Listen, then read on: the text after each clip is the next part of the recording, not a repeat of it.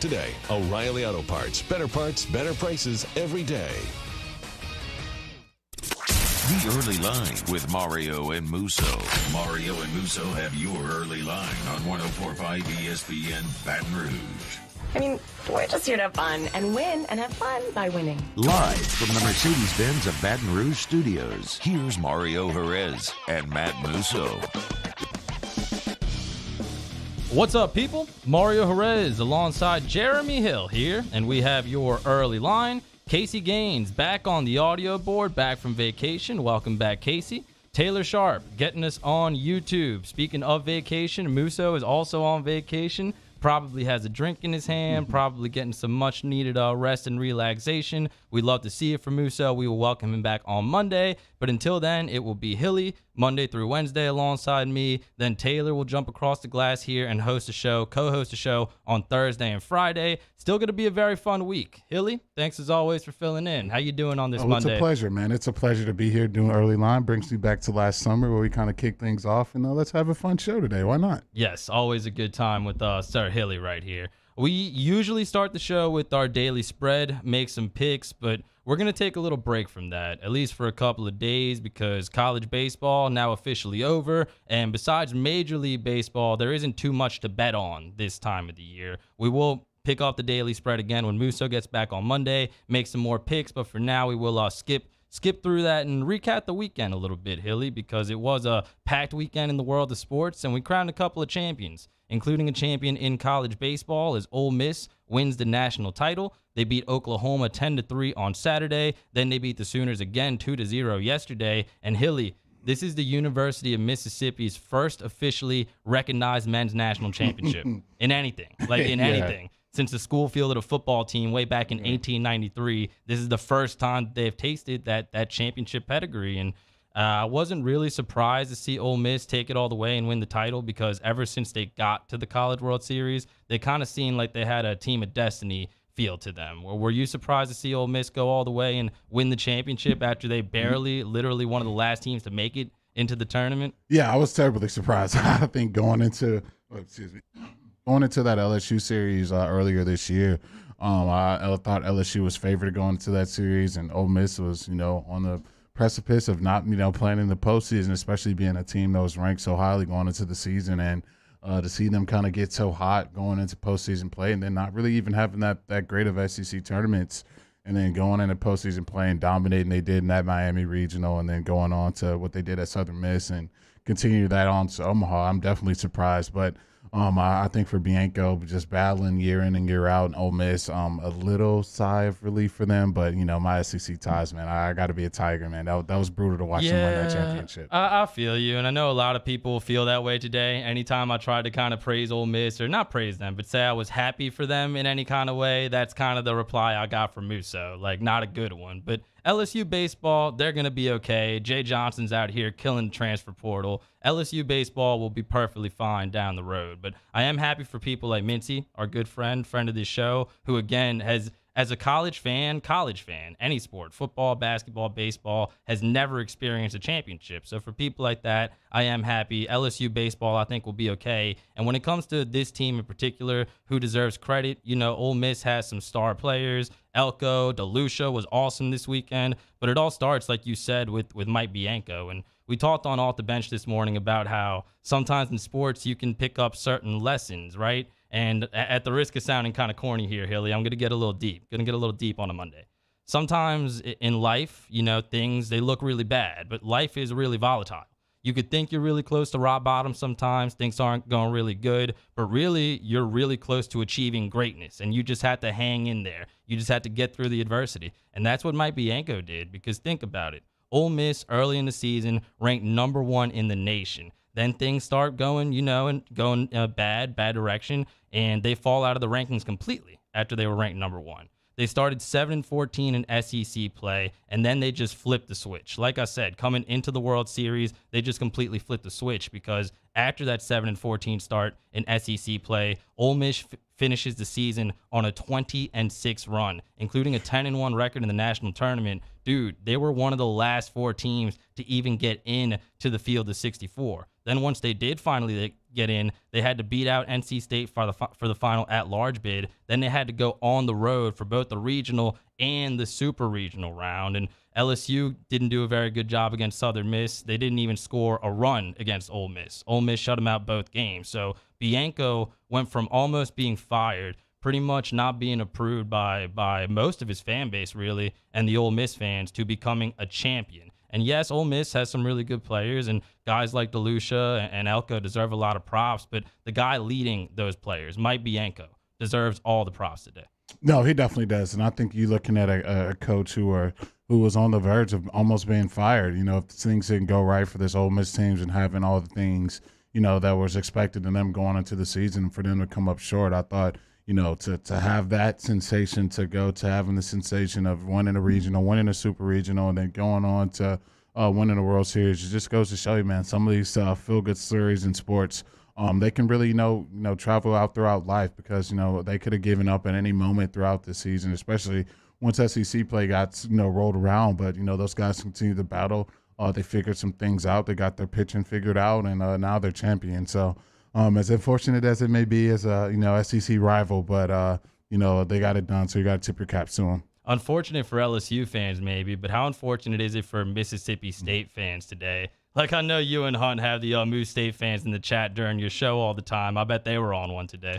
Look, I mean, that you couldn't draw up something worse for them. I think, for a school who was in a very similar situation to Ole Miss, and that's just not being able to go win the big one. A lot of close, times, a lot of great teams in their history, but being not able to go win that big one, and you finally go get it done, and then now your in-state rivals have accomplished the same feat. So not a worse time for Mississippi State fans, and I guess now those two can continue to bark at each other for the foreseeable future. But baseball right now, the mecca of the sport is in Mississippi, undoubtedly. I mean, the last 2 national champions in D1 college baseball from the state, and also the JUCO team won the national championship out of Mississippi this year. So they're doing some good baseball stuff over there in the Magnolia State, and not just Ole Miss, but when it comes to the conference as a whole, Hilly, it definitely does just mean more. Like, that's not a cliche. Even me, who is somewhat of a baseball layman, can see how much head and shoulders above the SEC is better than every other conference in America, because Ole Miss is now the 8th national champion since 2009 to come out of the SEC. Also the 3rd straight. And again, it stays in the Magnolia State since Mississippi State won the title last year. And again, I really like the trajectory that LSU baseball is on. I think Jay Johnson, all things considered, had a really good first season. Things are set for him to have an awesome second season. But this is a loaded conference, man, and LSU going to have its work cut out for it. Not just Ole Miss, Mississippi State, the last 2 champions, but across the conference. And you saw that reflected in this tournament here in Omaha. Oh, yeah, you definitely did. And I think if you look at, if you really want to take a fine-tooth comb and really look at the SEC, you got Texas and Oklahoma joining the conference pretty soon here, and those are another 2 teams that, were in Omaha this year. So there's no short or lack of talent that's going to be in this conference, which makes it, such a beautiful thing when you're able to, go win it out of this conference. It's a gauntlet, and I think for Ole Miss being able to accomplish that feat, I think it's huge for their program and huge for Coach Bianco and the crew. They're very happy in Oxford today, but they were pretty happy in Baton Rouge throughout the weekend. Hilly, I told you walking into the studio that on Friday, the news about Tommy White and Christian Little both joining LSU baseball out of the transfer portal came out, and my man Musso was jacked up. Like, he was already jacked up because it was his last day before vacation, but when the news broke, he was literally pounding on the table while we were on the air in excitement. I can't blame him, man. We talked about it a little bit on the show on Friday, but I do want to get your take on LSU getting Tommy White from NC State and pitcher Christian Little from Vanderbilt. Tommy White kind of, will fit seamlessly into the lineup. LSU already has a really deadly lineup. He's known more for his offense, hit 27 home runs as a freshman. But Christian Little, I thought the addition of Christian Little was huge because LSU needs pitching. And coming out of high school, he was a really highly ranked player. Just kind of got lost in the shuffle. It's a numbers game over there at Vanderbilt and all the talented pitchers that they have. But I thought LSU getting Tommy White was big. I thought the Tigers getting Christian Little was huge. Yeah, I thought both of those were huge pickups. If you're a fan of LSU baseball like my boy Musso is, that was amazing news for you to get because this team has a lot of holes. You had some guys hit the transfer portal. You're going to have some guys hit the major league draft. So you got to fill those holes in. Out there, Coach Johnson did a phenomenal job doing that. You're getting a guy who's obviously the Gatorade Player of the Year coming out of the state of Missouri and Christian Little. And then one of the guys you can make a case for having one of the most sensational freshman season in all of baseball that we've seen. So you get both of those guys on your roster going into next season. It really puts more talent on that baseball team, and that's exactly what you need with guys, hitting the draft and, possibly a lot of these freshmen who are incoming also hitting the draft as well too. Over the weekend, LSU also added a new pitching coach, replacing Jason Kelly, and they hire Wes Johnson, who was the pitching coach for the Minnesota Twins back in 2018, does have some experience coaching on the college level, was the pitching coach at Mississippi State back in 2016. When he was at Moose State Hilly, their pitching staff statistically went from last to first in the SEC in the season that he was there, and then he was hired to Arkansas and was a member of the staff for the 2018 team that went to the College World Series. So he has a lot of experience coaching on the college level. That being said, it is a little bit of an unconventional route for him to come from the Minnesota Twins to LSU. Same position too, right? Lateral move. He's not leaving to be a head coach. He is going to get a big raise, it looks like, but still a little bit surprising to see Jay Johnson be able to pull this off. And Wes Johnson now becomes the first college coach to go directly from an MLB dugout since Dick Hauser left the Yankees back in 1980. So this is some pretty unprecedented stuff that we're seeing, and in my opinion, a big get for Jay Johnson. Yeah, huge get for Jay Johnson. I think for this team, I don't think at any point is it good to lose an assistant coach, especially when you're in the smack dab of recruiting and losing a bunch of players to the draft. But Coach Johnson did a phenomenal job getting another Coach Johnson on this roster, and a guy that has a ton of experience at the college level, but also, a guy that's got to see it at a major league level and also get that pitching staff to having the best record in their division. So I think for a guy like that, who's going to continue to recruit and, really help this pitching staff, that's a great hire by Coach Johnson for sure. I didn't realize that. You're going to have two Coach Johnsons, but I guess you can just call Coach West, and Coach J, Coach J. I mean, it's not going to be like a Jalen Williams situation on the Thunder where you have two guys, same first name, same last name. Yeah, no, definitely not at all. It's definitely, you got the Johnson and Johnson. Maybe they can get, an NIL deal with that company or something like that. But yeah, I think for Coach Jay, that's a great hire, and I'm excited to see how they put this pitching staff together for next season. Yes, agree. Great hire, great acquisitions by the head Coach Johnson at LSU. Jay Johnson, he hires Wes Johnson to be his new pitching coach. Also lands NC State slugger Tommy White and Vanderbilt pitcher Christian Little out of the transfer portal. So great weekend for the Ole Miss Rebels. They are national champions, but some good stuff happening for the LSU baseball team here in Baton Rouge as well. And we know Musso somewhere is off toasting a drink to what I'm saying. So we're happy for Musso, who is enjoying his vacation. We are happy that Hilly is filling in. We'll switch gears on the other side of this break, talk a little bit of football. Look forward to the NFL. We are really close to the first preseason game, Hilly. I'll tell you exactly how close we are on the other side. This is The Early Line with Mario Jerez and Jeremy Hill. 104.5 ESPN Baton Rouge. Mario and Musso, The Early Line. Our listeners fire up their opinions on the jimsfirearms.net hotline at 499-1045. Keep listening for your next chance to shoot us your thoughts with the jimsfirearms.net hotline on 104.5 ESPN Baton Rouge. It's no secret. The best oysters in Baton Rouge are at Jolie Pearl Oyster Bar. Enjoy mouth-watering South Louisiana flavor and oysters from all over the country. Don't forget our nightly drink specials.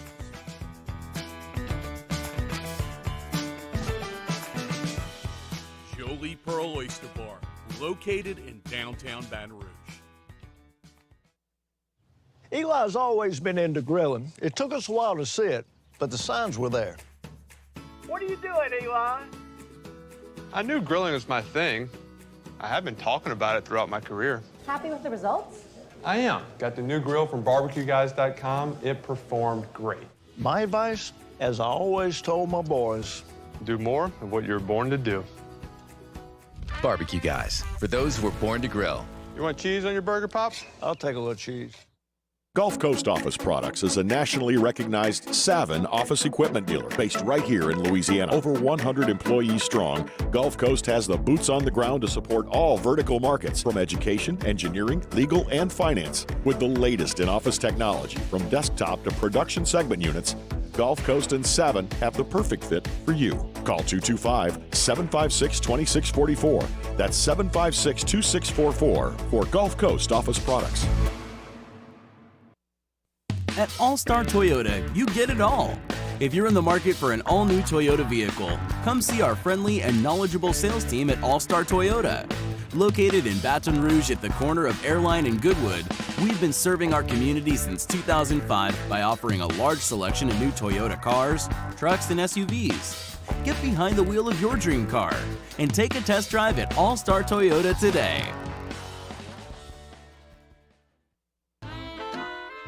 My own people call me an Uncle Tom. I play music. Been wined and dined by royalty. Trying to bring people together. All people. But regardless of all that kind of stuff, I'm still Louis Armstrong.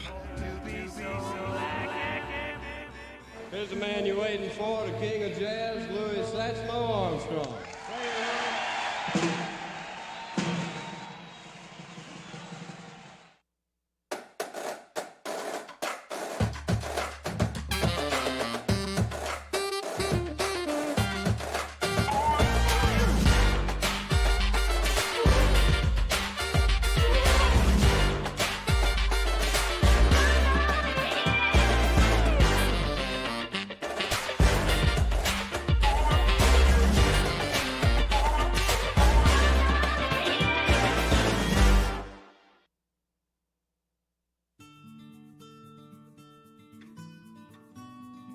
This is a house call. This is a follow-up appointment. This is a diabetes checkup. This isn't just more convenient care, it's more advanced care. This is innovating healthcare at Louisiana's #1 hospital, Auctioner. Crime has serious consequences, but anyone can make a mistake. If you find yourself in trouble with the law, know that you have rights, and it's okay to demand them. The law offices of O.C. Brown are here to protect you and your rights. Felony or misdemeanor, DUI or drug charge. No matter what crime you're accused of, you still have rights. Let the law offices of O.C. Brown uphold them. Call 225-343-1111. Your law firm for a lifetime. So join us for Monday's AFR presented by Relief Windows. Matt is back in the host chair. He's recapping everything he missed while on vacation and previewing the week ahead. It's Monday's AFR, 3 to 6, 104.5 ESPN Baton Rouge.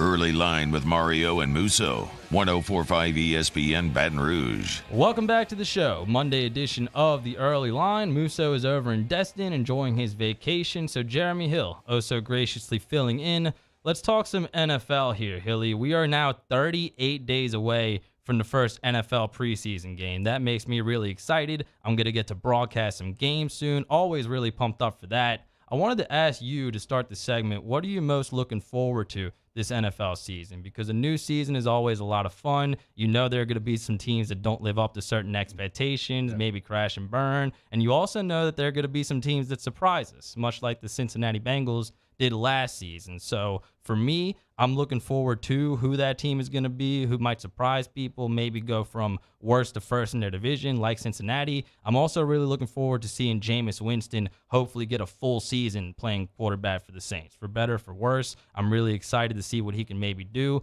and I'm excited to maybe finally see him get that opportunity, not get injured. And I'm really excited, speaking of the Cincinnati Bengals, to see whether or not they can handle the added expectations this season. You know, certain all-season acquisitions. you go and get La'el Collins, but that division is really good, and the burden of expectations can sometimes be really heavy. So those are some things that I'm looking forward to. What are you looking forward to this NFL season? Yeah, I think for me, the biggest thing I think I want to see next season is the AFC West. I think that's probably when you look at the quarterbacks all in that division, I think it's going to be very fascinating to see kind of what cream rises to the top, what top dog makes it to the end and kind of wins that division. Because if you do, you're going to be feeling really, really great about yourself going into the playoffs. When you look at Justin Herbert, Russell Wilson, Derek Carr, all the quarterbacks in that division, and then Patrick Mahomes, that division is going to be very, very exciting to watch. And I think for me, I want to tune into the Ageless Wonders. I'm sure the Saints fans are going to be intrigued to watch this guy too, but Tom Brady going into a season where he's going to be turning 45 years old, can he continue to still play at an all-time high level? It's something that we haven't seen anything like in sports.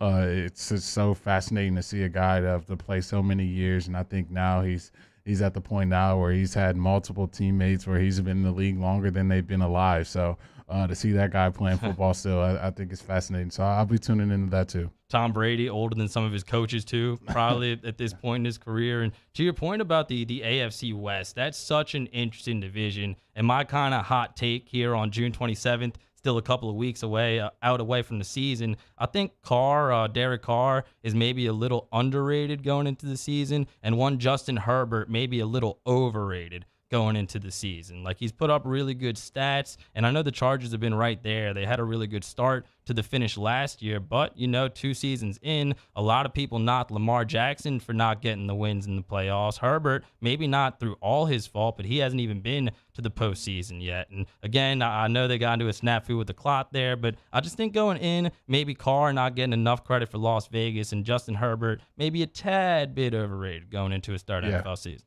Yeah, I think I'll definitely agree with you on the fact that Derek Carr is definitely underrated. I think being a guy who's been in this league a very, very long time now, a lot of tough seasons, but I think a guy who's continued to do things the right way, be a leader, and obviously continue his play and get his team to the playoffs last year. A lot of people forget that he led his team to the playoffs in that same tough AFC West conference. But with an interim coach. Yeah, exactly. Didn't even have their coach. Yeah, exactly. So I think for Herbert, being a young guy, I think the eye test is what's doing it for a lot of people. You see him throw a football and rip a football through a coverage and be able to do some of the things he can do with his legs. That's the reason why their head coach went for it more times on fourth down than we ever seen, because he has that type of faith in Herbert. So I'm going to continue to give Herbert the love. I think I haven't seen anything to make me not think he's going to be a top 10 quarterback in this league. So I'm going to ride my boy Herbert there. We'll get to find out starting in 38 days with the first preseason game. And speaking of Brandon Staley, the head coach of the LA Chargers,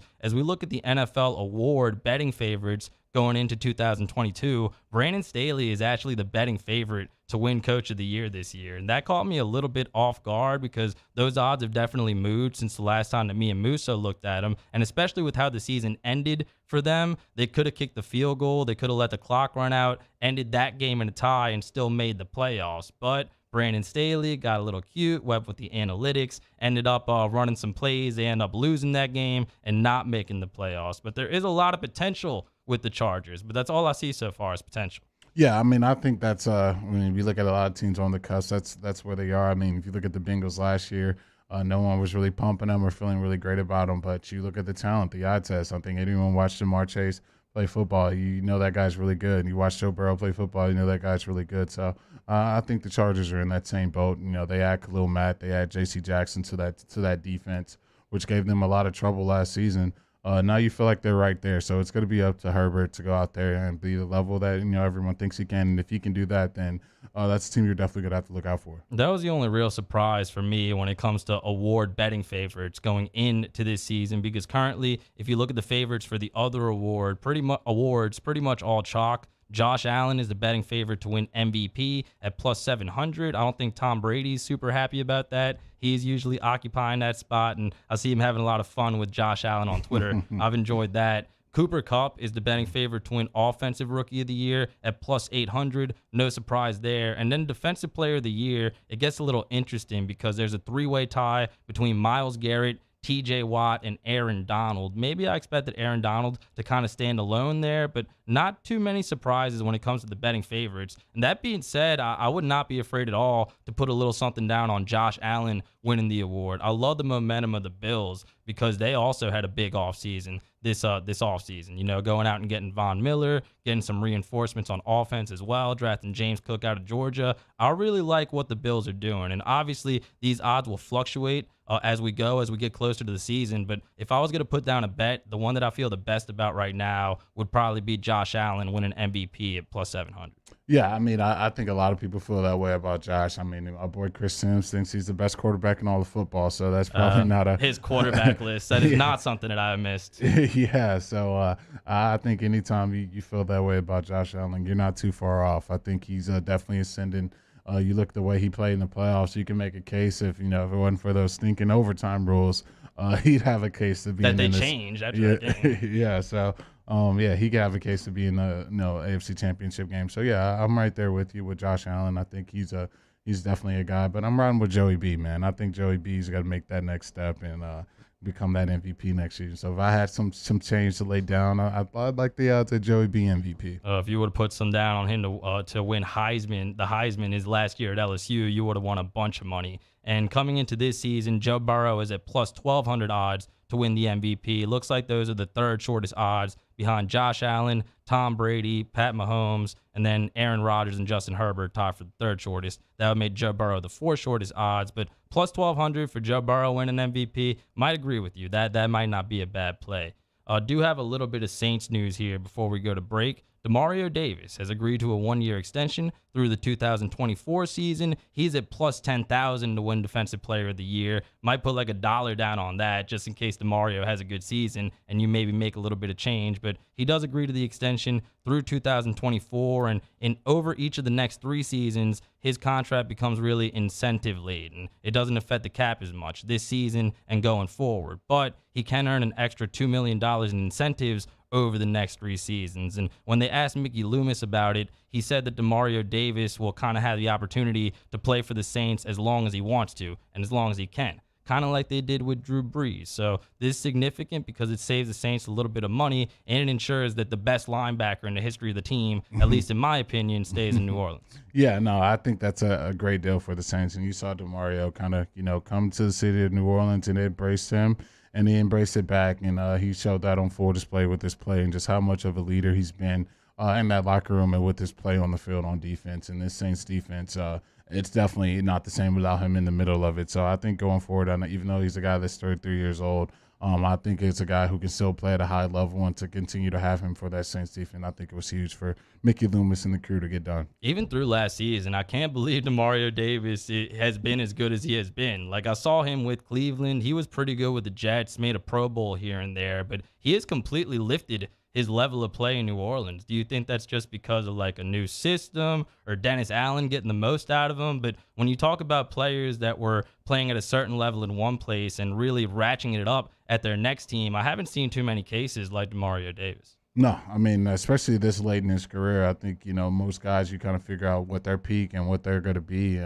Now he's an all-pro, Pro Bowl type linebacker, and I think, watching him early on, that's pretty hard to make a case to say that. But I think you can point to the Saints front office, you can point to the Saints defense and the culture that Coach Sean Payton built down here in New Orleans, and then just the type of guy and type of player that, Demario Davis is. I think it all kind of made its own special gumbo for everything to kind of come together and in the right direction. I think you've kind of seen that with how DeMario's played the last couple seasons. And that's why I'm kind of optimistic about the Saints coming into this season, Hilly, with Dennis Allen instead of Sean Payton, because the strength of the team the last couple of years has been the defense. And obviously Dennis Allen is at the head of that. But, and maybe you would know this better, actually being in an NFL locker room before, I think kind of the day-to-day, the week-to-week progress, things that we don't see. Sean Payton did certain things really, really well, but we'll never know what those certain things are. I'm kind of worried that Dennis Allen is going to have difficulty kind of continuing to do that, because you want to keep the system right. You want to do things that worked under Sean Payton, but you also kind of want to do your own thing. And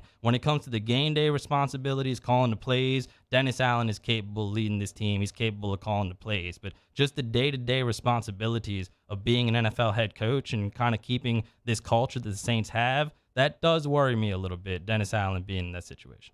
Yeah, I mean, I think it's all to be determined. I think, especially for me with first-year coaches and guys who really haven't shown an opportunity, I kind of try to reserve my judgment until I've seen it. So for Dennis, I know he had the stint in Oakland, but it's a new Saints team. It's the Saints defense that he's really, really built up to be a high level. So I'm going to hold that until I kind of see how things go. And if, there's a huge culture change, or if there's something that, is truly drastic that I think is not really great or ideal for the Saints, and I'd say that. But right now I think, Allen's done a phenomenal job from what I've seen. And so let's kind of see if he can put that to wins and losses and hopefully wins for the Saints if you're a Saints fan. And the preseason will start soon for the Black and Gold. The first preseason game in the NFL is in 38 days. Hall of Fame game between the Jaguars and the Raiders. Very excited to talk more football here on the early line as we get closer to the fall. We will switch gears coming out of this break, however, and talk a little bit of basketball because we do have some basketball news and it's affecting the odds. Also want to ask Hilly what he thought about the NBA draft because I have not gotten his opinion on that yet. That's on the other side here on the early line, 104.5 ESPN Baton Rouge. Early Line with Mario and Lusso. 104.5 ESPN. In times of need, get a full list of phone numbers, websites, and other important emergency information on the Demco Stormwatch page at 1045ESPN.com.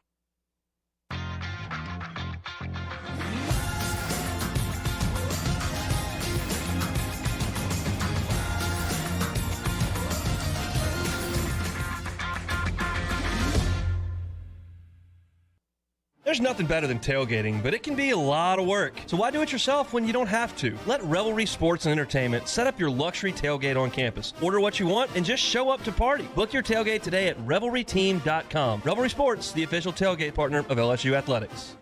And this year, 2022, it's time to finally treat yourself. Bring your boat to the next level with front-to-back boat service. You want the latest and greatest marine technology? You want to go to the place that has not one, but two NMEA certified techs.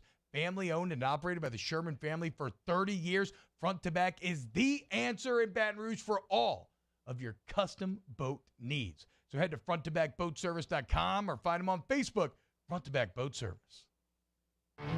There it is, the extra mile.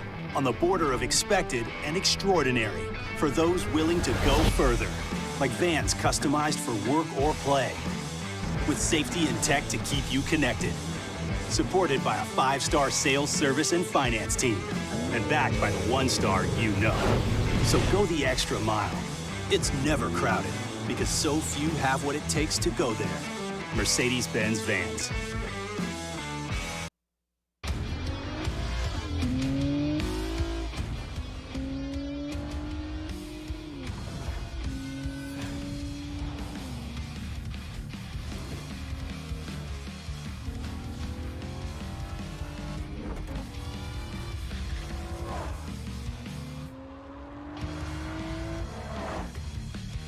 Visit Acura of Baton Rouge for attractive offers on the MDX.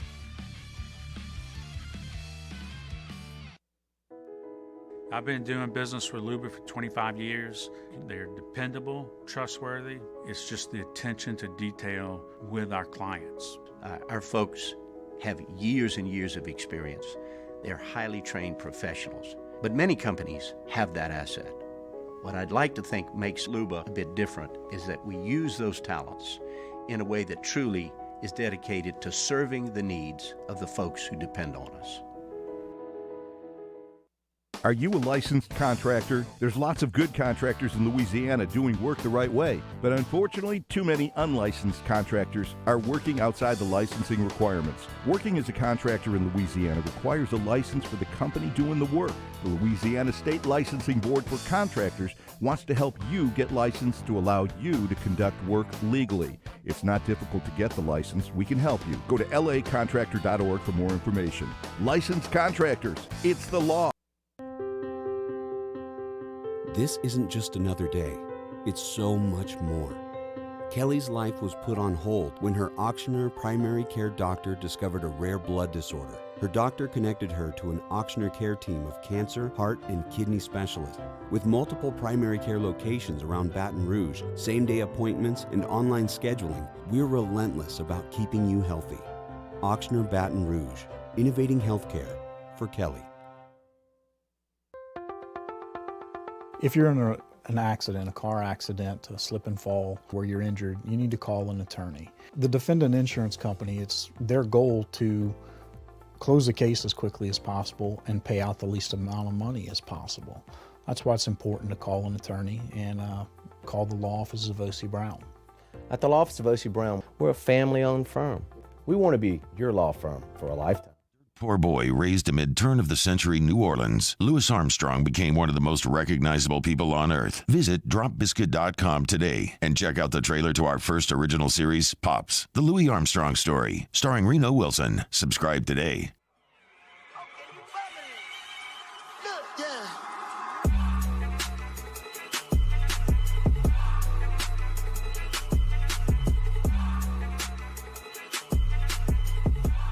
You're getting the early line with Mario and Musso on 104.5 ESPN Baton Rouge. Welcome back to a Monday edition of the Early Line. Hilly, we have some NBA news, and we could talk about it on this show because it has affected the betting odds. So the Lakers' odds to win the NBA title have skyrocketed in the last couple of days. The Lakers are now at plus 1,200 to win the NBA title. And 2 weeks ago, when we talked about the Lakers on this show, they were even with the Pelicans at plus 4,000 to win the title. The Nets still at plus 800, by the way, while all this drama is going on. But apparently this is the drama. According to Woj, outside of the LA Lakers, there's a Jeremy Hill, there are currently no known teams planning to pursue sign and trade deals for Nets guard Kyrie Irving. And Kyrie is kind of having some drama with the team. He wants a long-term contract. The team doesn't want to give it to him. And it goes even further because Kevin Durant's future may be in question here as well because KD is under contract for 4 more years in Brooklyn, but the Nets are vulnerable to a trade request from Kevin Durant, according to Woj, and he might demand a trade if Kyrie goes to a different team. So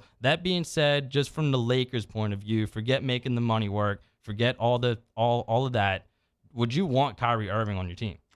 I mean, for me, I think this is a tough question. If I know I'm going to get, Kyrie Irving that's going to play for, 70, maybe 80 games, then yes. I mean, as a talent, you're not going to find, 5 better point guards in the NBA better than him. But, with everything off the court and everything, just his mentality towards the game of basketball and it not being, his number one priority, it's hard to, convince me to pay a guy $50 million a year when he's going to be 35, 36 years old, who isn't making basketball a priority. So if it's my Lakers, I want them to stay far away from this whole thing. But knowing them and knowing how we do with our stars, we're gonna try to find a way to get Kyrie Irving on this roster. So hopefully it isn't a train wreck loading pretty soon here.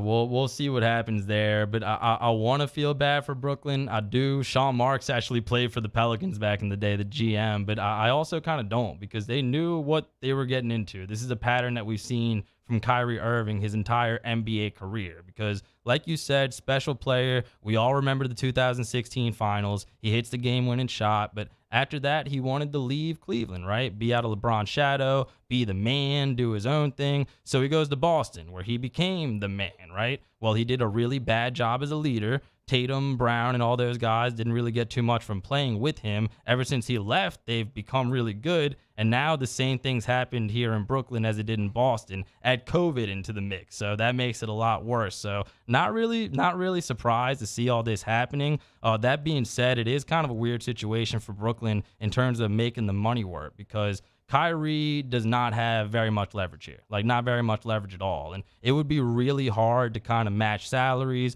pull off a trade. If you want to trade into the Lakers, find out what to do with Russell Westbrook. So Kyrie could sign with the Lakers without being traded by declining the $36 million option with the Nets and then going to play with the Lakers. But in that case, he would only make $6 million from LA. He would have to leave $30 million on the table if the Nets are not able to make a trade. So that looks like it's the most realistic way of Kyrie Irving landing with the Lakers, and that is a lot of money to pass up. But again, given Kyrie's history, given everything that we've seen him do, not thinking rationally all the time, I don't think that's the craziest thing. I could see Kyrie Irving join the Lakers for $6 million. We look at it. He told the fans of Boston, I'm never leaving Boston. And 5 months later, he's getting the first flight out of town that he can find. So, with Kyrie Irving, who knows? But I think for the Lakers, even if he does, then you still have an issue with Russell Westbrook. What are you going to do with that situation?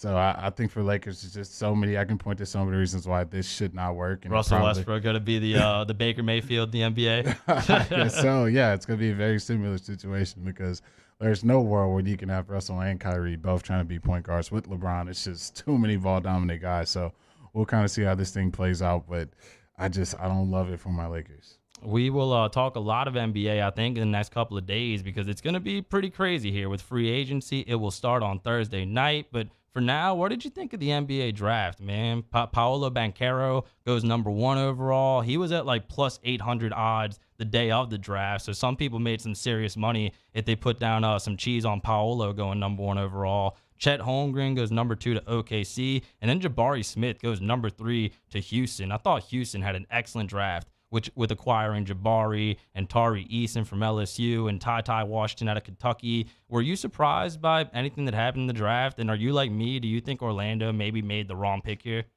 Yeah, I mean, it's hard to tell. It's hard to tell right now. I think, we can kind of go off of what we've seen at the college level, but, we'll see how it plays out at the NBA level. I thought Jabari Smith was the best player in this draft, and I thought, he should probably be the number 1 pick, but like you said, Houston, I thought, what they put together with getting Easton and Washington, I thought they had the best first round and the best draft. And they got a really, really great young core. And I think for the Rockets, you can really feel really great about, pairing Smith with, Green and pairing him with Porter Jr. So going forward, you have a really, really nice ascending core. But, yeah, Banchero definitely shocked me. And it seems like, the Thunder had their guy in Chet the whole time. I thought still Jabari should have went too. But, hey, we'll see how this thing plays out. A lot of teams think they have it right on draft night, but as time goes on, it kind of shows you who really got it right. Yeah, I think OKC messed up. Like Darko Milicic levels are messed up with that pick. And Banchero, I think he is a good player. Like he's maybe the best passer, best playmaker out of the 3, really good prospect. But Jabari Smith's skill set is just too rare. Like there aren't too many 6'10" guys that can score from all 3 levels of the floor and have the athleticism that he has. So I was surprised to see him go number 3. And I'm like you, I thought that he was the best player in the NBA draft. What did you think of the Pelicans draft, man? Dyson Daniels, number 8. They go and get E.J. Liddell out of Ohio State at 41. I was shocked to still see him on the board. I thought they had an excellent draft. What do you think? Yeah, I thought the Pels, they did a phenomenal job finding talented guys, talent-rich guys at their respective spots in the draft where they drafted them at, and guys that kind of fit what they do, guys who can really defend the ball. It seems like that's kind of been the calling card of, what they want to get done for their draft picks in recent memory, and I think that's great. When you look at all the scoring that's in the Western Conference. So I think for both guys, I think there's a world for them to both find a way to squeeze in 5 to 10 minutes, especially during the regular season. And if they can continue to progress and grow, I think there can be, guys who can really help out this young Pelicans team who's ascending.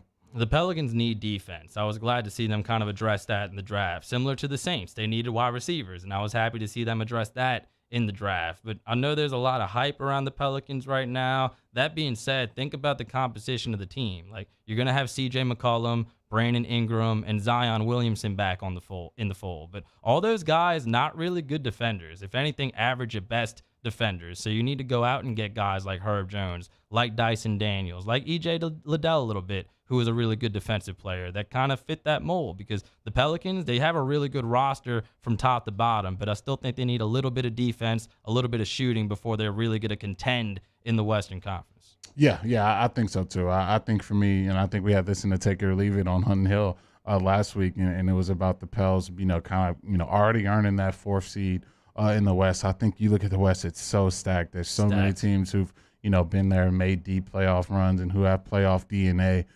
But if you just look at talent top to bottom on the roster, the Pels really don't have too many holes to fill. I mean, they got scorers, they got defenders, they got all-star caliber players on that roster. They're right there. It's just a matter if, Coach Green can get those guys going in the right direction and get Zion playing at that level. They're going to be a tough team to beat who's young and ascending. Got to get Zion signed, too. That's going to happen this week if he does indeed sign the extension, and that is going to be kind of the biggest thing the Pelicans will accomplish this offseason if they sign Zion. I'm a little bit worried, Hilly, not going to lie, because a negotiation like that is just really nuanced already. Now you add in kind of Zion's injury history, has only played in 85 out of 226 games, But Zion's camp will be able to say that, hey, he was ready to play. You guys did not want to play him towards the end there and in the playoffs. So I just think that might be a little bit of an intense negotiation. I think eventually they will get it done, but I'll kind of be sitting on pins and needles until they do, because that's going to be the most important item of the offseason. Oh yeah, it's huge, and I think he's definitely the star player of your franchise. He is your franchise player, so you want that guy, playing for as many seasons for your franchise as possible, and then start to get in the first extension done. So I think for Zion, especially at this point of his career, I know he's talking about playing in Madison Square Garden and all these things that people want to continue to keep playing over and over. I don't think there's a world where you see him pass up on this contract, and I think the Pels will be smart not to allow a player that as talented as Zion to touch the open market. So I think both sides are in agreement. I know the injury history is still there, but I think when it's all said and done, both sides will be happy with keeping Zion in the city of New Orleans. It's me. I'm people. I got mad that he did that at the Knicks game, and I actually had this conversation with Wyatt before the show, because now things are all peachy keen. He wants to be in New Orleans, Willie Green, all this stuff. But you saw that video, Hilly, and you're right. Ultimately, maybe it doesn't matter, but he smiled like somebody receiving a DM from somebody they wanted to receive a DM from. Like, he was cheesed up, and he knew what he was doing. He knew what the reaction was going to be. So I thought that was weak. I thought Zion kind of knew what he was doing, but that, along with everything else, will be water under the bridge once he finally puts pen to paper and does indeed stay in New Orleans. Yeah, I think that's the biggest order of business for this franchise right now. You got blessed with that number one pick. I know a lot of Knicks fans aren't still happy about that, including my boy Stephen A. But you got a chance to get a generational talent like Zion. You want to keep that guy on your roster. So I think it'll get done. I know there's going to be some midnight oil getting burned trying to figure it out, whether how much is going to get guaranteed and how much, how long it should be. But I think when it's all said and done, like I said, both sides will be happy with an extension. NBA free agency starts this week, Thursday night to be exact. Will Zion stay in New Orleans? For how much money? We will find out, and we will find out very soon. All right, that will just about do it for us here on today's show. One more segment. Get your questions into the Bayou Ford YouTube chat. Ask us, ask me, ask Hilly anything about sports, about life. We will answer it in the next segment. This is The Early Line on 104.5 ESPN Baton Rouge. The Early Line, 104.5 ESPN Baton Rouge. Our listeners fire up their opinions on the jimsfirearms.net hotline at 499-1045. Keep listening for your next chance to shoot us your thoughts with the jimsfirearms.net hotline on 104.5 ESPN Baton Rouge. There it is, the extra mile, on the border of expected and extraordinary, for those willing to go further, like vans customized for work or play, with safety and tech to keep you connected. Supported by a 5-star sales, service, and finance team. And backed by the 1-star you know. So go the extra mile. It's never crowded, because so few have what it takes to go there. Mercedes-Benz Vans. Follow us on Twitter at 1045ESPN to cast your vote in the Citizens Bank and Trust poll of the day. Vote daily inside Off the Bench, Hunt, and Hill, The Early Line. And after further review, Citizens Bank and Trust brings you the poll of the day via Twitter at 1045ESPN. At All-Star Toyota, you get it all. If you're in the market for an all-new Toyota vehicle, come see our friendly and knowledgeable sales team at All-Star Toyota. Located in Baton Rouge at the corner of Airline and Goodwood, we've been serving our community since 2005 by offering a large selection of new Toyota cars, trucks, and SUVs. Get behind the wheel of your dream car and take a test drive at All-Star Toyota today. ServiceMaster Elite create clean, disinfected work environments. As a local business, we take pride in serving the New Orleans and Baton Rouge areas. Our cleaning protocols follow CDC and OSHA standards for healthcare settings, offices, senior living, restaurants, and industrial plants. Contact ServiceMaster Elite to get your operation ready for reopening with germ disinfection cleaning. ServiceMaster Elite, the trusted choice in professional cleaning since 1996. It's no secret, the best oysters in Baton Rouge are at Jolie Pearl Oyster Bar. Enjoy mouth-watering South Louisiana flavor and oysters from all over the country. And don't forget our nightly drink specials.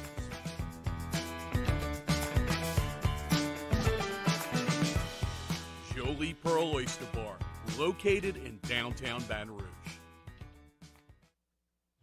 Eli's always been into grilling. It took us a while to see it, but the signs were there. What are you doing, Eli? I knew grilling was my thing.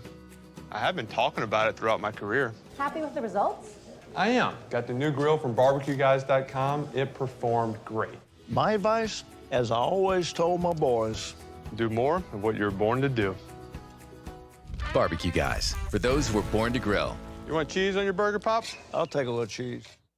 Gulf Coast Office Products is a nationally recognized Savin office equipment dealer based right here in Louisiana. Over 100 employees strong, Gulf Coast has the boots on the ground to support all vertical markets from education, engineering, legal, and finance. With the latest in office technology from desktop to production segment units, Gulf Coast and Savin have the perfect fit for you. Call 225-756-2644. That's 756-2644 for Gulf Coast Office Products. My own people call me an Uncle Tom. I play music. Been wined and dined by royalty. Trying to bring people together. All people. But regardless of all that kind of stuff, I'm still Louis Armstrong. Here's the man you're waiting for, the king of jazz, Louis Satchmo Armstrong.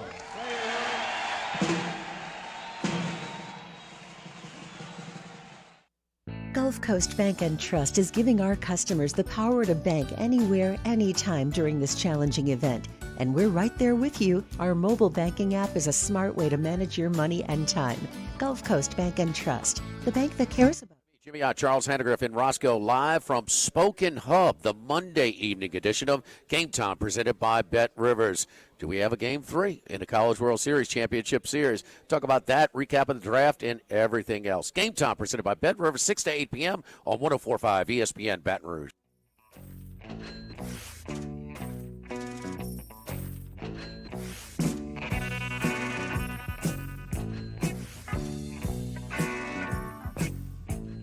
Early Line with Mario and Musso, 104.5 ESPN Baton Rouge.